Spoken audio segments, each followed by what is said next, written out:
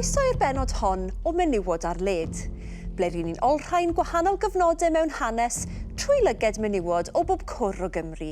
Heno, rydyn ni'n croesawu Cerys, dim cyfenw, a Hedydd Hughes. Mae'r ddwy yma i drafod ymdrechion menywod dros y blynyddoedd i greu newid, drwy ymgyrchu a sicrhau bod materion o bwys cymdeithasol yn cael sylw teilwng. Cerys, gweud rhywbeth wrthon ni amdano ti dy hun a siwt dechreuais di ymgysylltu â materion gwleidyddol? Fi wedi cael diddordeb mewn wneud newid ers o'n i'n 5, lle o'n i'n mynd mas a casglu sbwriel wrth y skate park gyda Mrs Morgan.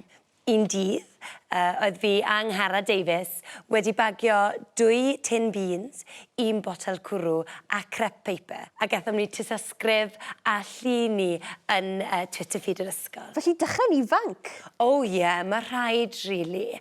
Fi nawr yn dedicate amser fi i'r big causes ac yn gweithio fel environmental evangelist a social curator. Felly ba gymdeithas neu asiantaeth mae hynna? Fi hunan. Ac chi'n gallu cael mwy o gwybodaeth trwy dilyn fi ar Snapchat. Fydden ni ddim yn gwybod lle i ddechrau dy rhywbeth fel yna. Wi'n gwybod beth chi'n meddwl, Hedydd. Y pethau mae'r bobl ifanc mae'n gallu neud iddi hyn. Felly, beth yw'r achosion sydd agosaf at eich calon chi? Unrhyw beth i wneud y plastics, really. Dim plastics, llai o plastics, casglwch plastics, paid bwyta plastics, pethau fel na, really.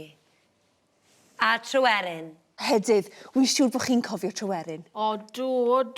Oedd siop sweets dda iawn dyn nhw. Pwys o aniseed balls am swllt. Felly, dawn ni atoch chi nawr te Hedydd. Cyflwynwch eich hunan a gwedwch wrthon ni pa faterion sy'n bwysig i chi. Hedydd Hughes dwi i, hwy'n wraig ti, mam i 3 o blant, mam gi i 7. Mae rhaid bod nhw'n gadw chi'n fysi. Di'n glei. Pan o'n i'n ifanc, pethau oedd o bwys oedd yr iaith Gymraeg wrth gwrs. Ynni niwclear a'r pyllau glo. Ond, oedd dim byd ffansi dyn ni fel y cyfryngau cymdeithasol a ffacs mae rhaid gweud. Ond falle dyna pam oedd e mor anodd i wneud newid. Achos, case in point, sdim pyllau glo ar ôl nawr, os na. Digon gwir, Cerys, digon gwir. Be fyddech chi felly'n gweud yw'ch llwyddiant mwyaf chi? Nath Greta Thunberg licio tweet fi wythnos diwetha, oedd hwnna'n pretty monumental. A nath un o memes fi amdano Western intervention yn y Middle East mynd yn viral llynedd. A beth amdano chi, Hedydd? Wel, wy'n cofio roi posteri lan dros drws cyngor Caerdydd nôl yn y 70au yn galw am well ddarpariaeth addysg Gymraeg. Oedd hwnna'n eitha risgi. Mae e'n gweud fan hyn hefyd bod chi wedi ymuno â Protest Greenham Common? Boes, o'n i di anghofio popeth am hwnna. Marcho o Gaerdydd a wedyn aros na i protesto am 7 mlynedd. Gorfodd y gŵr ddysgu siwt i gwcan a newid nappies yn goglo i bryd ni. Gorwedd o flan loris, cael ein bygwth gan filwyr, ein llusgo gan plismin. Felly pa fath o brofiad oedd hwnna? Mwdlyd peidwch sôn. Lush fel Glastonbury. Wel mae e gyd yn dod nôl nawr. Ges i'n anfon i'r carchar am gyfnod. Holloway.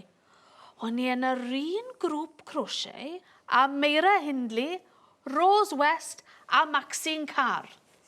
Oedd y wardens yn cadw'r llygad gofalus ar y nodwyddau yn fyna, lle weithio chi. Wel, dyna ddiwedd yr rhan yma.